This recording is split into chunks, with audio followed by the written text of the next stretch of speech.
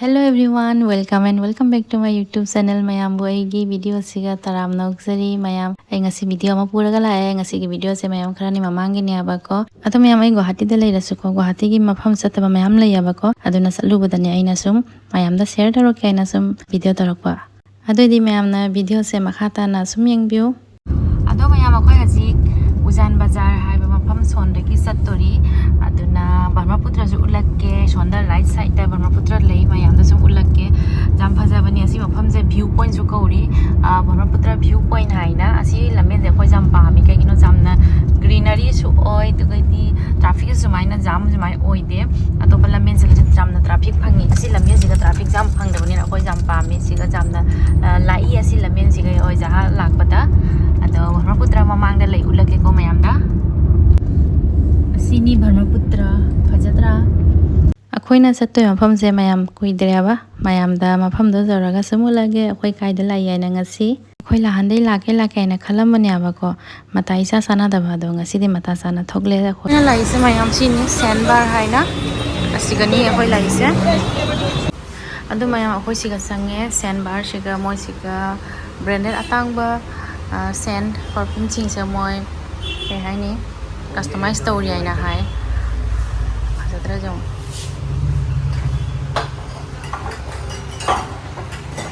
Fajai ko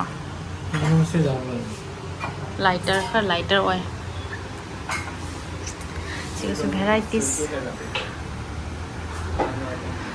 scent mayam lay siga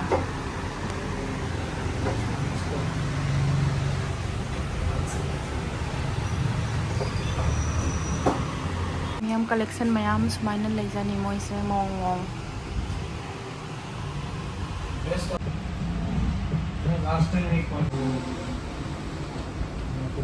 siga su mayam lay re siga uraba ado mayam siga su mayam perfume lay uraba siga su mayam lay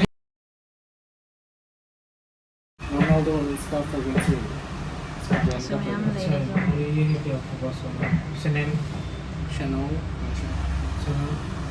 Chanel number 5 Chanel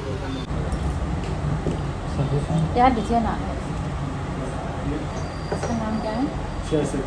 CR7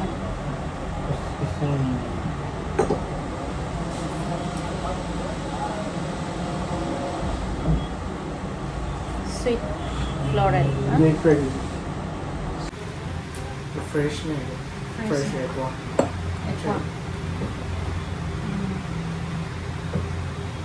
Asiga mayam coffee beans laise kaigino khangbra mayam da ai sum hairam ge ai su jam khangam de ba ko moina siga khoida manam ne perfume si smell se jenghali se ado khoina di ahum mari manga mayam jenge ko ado mix hoi gini ai ne ama namaga ne coffee mu namuai du gai di new du mu mai nama jeng mai du ga ta manam je phau gani haya ba ado ngasi tama khangi Ladies का ये Victoria's Secret bombshell क्या नाम bombshell okay हम मुतई रे मैं जेंगे सिरो बाकी एक देखता हूँ शेड्स में पुट्टी में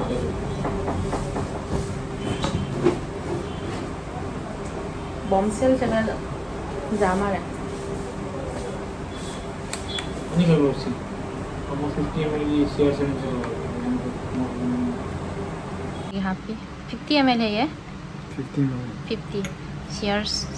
share 7 मुझे सुमाइना मिक्स तरह से में मारे ने ये क्या है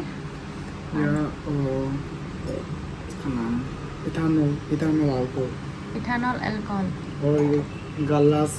गालासोलाइड समथिंग इट्स मिक्स करके और ये से स्प्रे होता है और यही से प्रोजेक्शन देता है स्प्रेड होता है ना वो प्रोजेक्ट करते हैं यही से इथानॉल अल्कोहल ये अल्कोहल फ्री तो नहीं है ना ये वो इथानॉल अल्कोहल ड्रिंकिंग अल्कोहल नहीं है इथानॉल का फजा दे मैम ले जोंले बोतल सिंजे मोगी से पामी लोइना तो मनम दो खरा लाइट ओइ बनो फै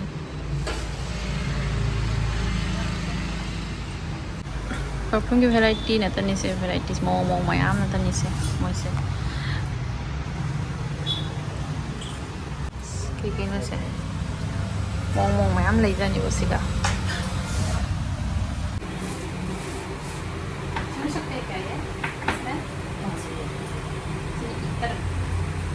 स्मेल लो कमाई ना जो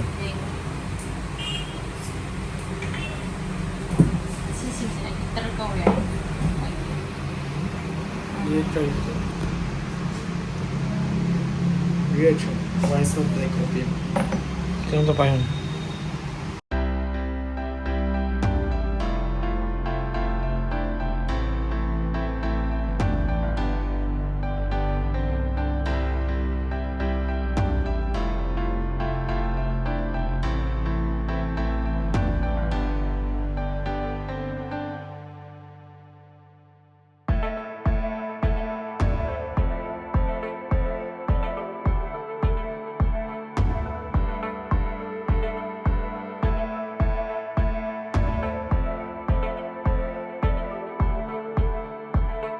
गुची फ्लोरा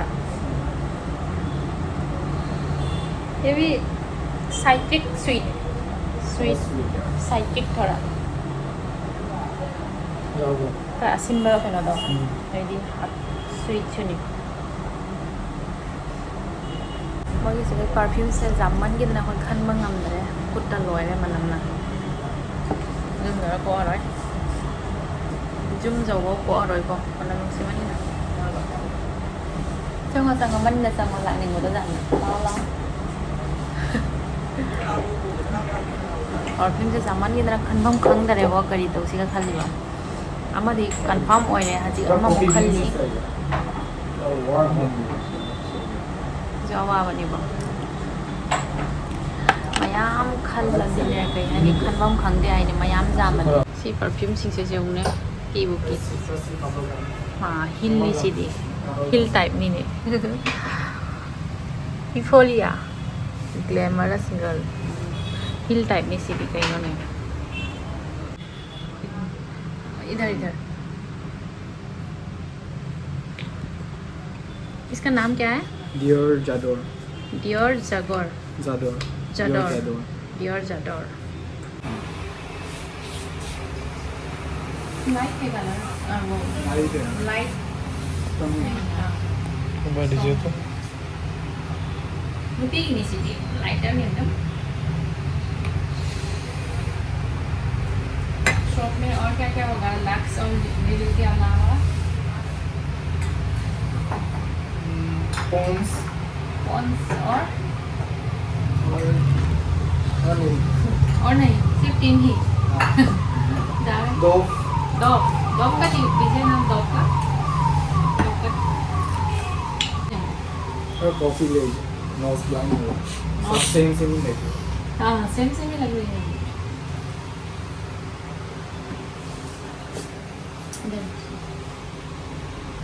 ये दो डॉग दो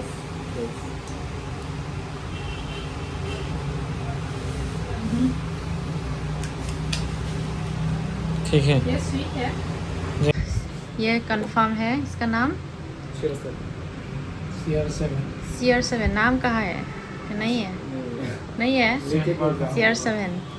अदुगा इसी लौरे अदुगा इसी का सारी सिंह से अखोई ना खलम बैना तनी से सारी सिंह से अखोई हजी लोना टेस्टर ना तनी से सिंह से और परफ्यूम से माँ वो नहीं जोड़ने समाइना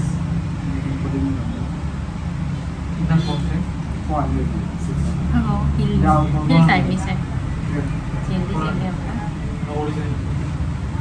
ये फोन अभी जो दिया है ना ये हाँ कस्टमाइज हो गया इससे सब बताना उसको ऐसे लगाना पड़ेगा ऐसे ये ज़्यादा लास्ट होता है लास्ट स्ट्रॉन्ग नहीं हम स्ट्रॉन्ग से पाम है से थम कर रखे हील से बनाते हैं ये लास्टिंग होती है जी हाँ बजाए ये खाली है ये कितना दिन चलेगा वन एंड हाफ मंथ्स ज़्यादा नहीं लगाने से तो हो जाएगा कोडम उसके तो मकुम दे जाऊँ मकुम दे स्टाइल कैरामल का है कैरामल का ना ये ऐसे एम्प्टी बॉटल है इसे बॉटल दिखाने के लिए इसको मैं सेल दे सकता हूँ और इसका इसका सेल दे सकता हूँ Chia mà giải Caramel का pure white इसका तो full bottle stuff pure अभी यार white stuff जामन करे जामन ना खनी गाय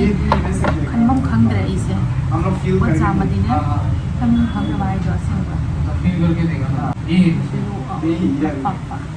लता ओके तो यार दिया वो वही वही से हम सुन ले पेनो मयाम या इधर है ना इधर टाइप भी है इधर टाइप परफ्यूम ऑयल से एक्चुअली इधर टाइप Sige, hapag. जानते हैं सब ज़्यादा सुना है तो है ना तो वो सुना है neck area Sige, you are now entering a stress-free zone. Asing may ni manam siya taba ta ne stress-free hoy kare. Stress ka later asing may. So mayam later. I think I saw it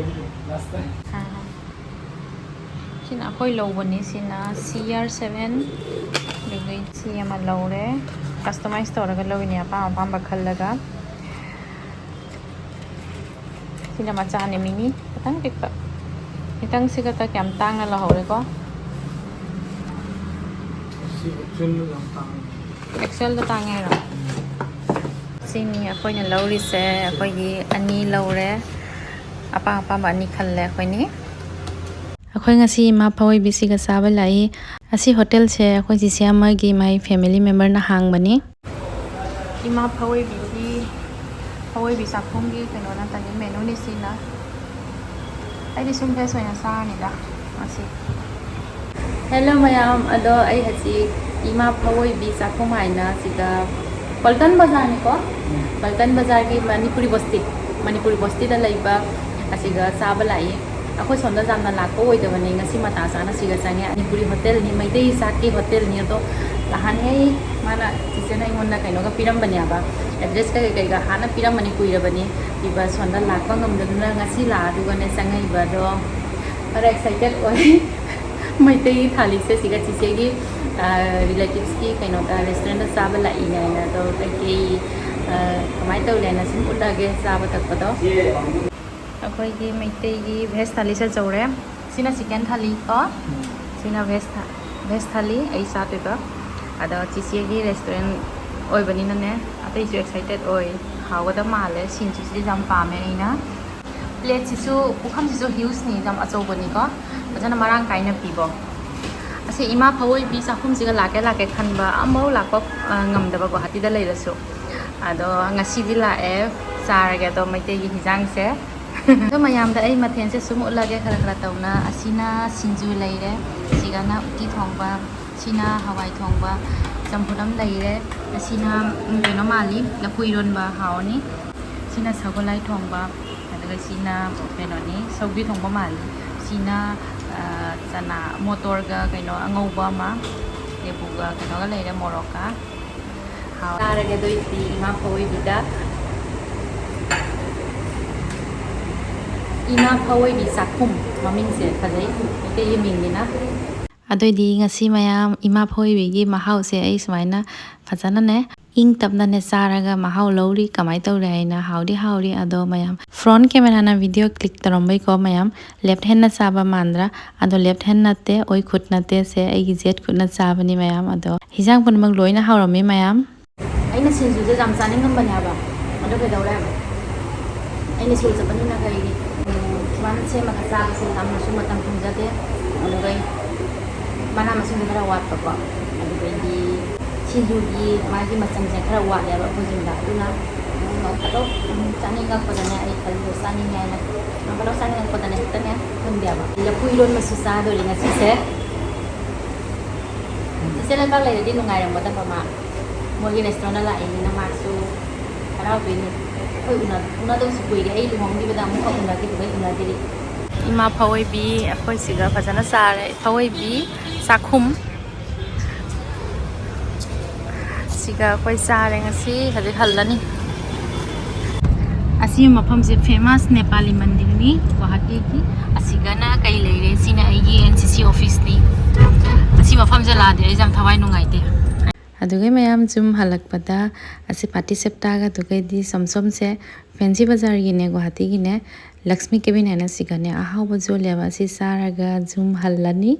ꯑꯗꯨꯏꯗꯤ ꯃꯌꯥꯝ ꯉꯁꯤꯒꯤ ꯚꯤꯗꯤꯑꯣꯁꯦ ꯃꯇꯥꯡꯁꯤꯒ ꯂꯣꯏꯁꯤꯜꯂꯒꯦ ꯑꯅꯧꯕ video ꯄꯨꯔꯒ ꯂꯥꯛꯄ ꯍꯣꯠꯅꯒꯦ ꯑꯗꯨꯏꯗꯤ ꯉꯁꯤꯒꯤꯗꯃꯛꯇ ꯕꯥꯏ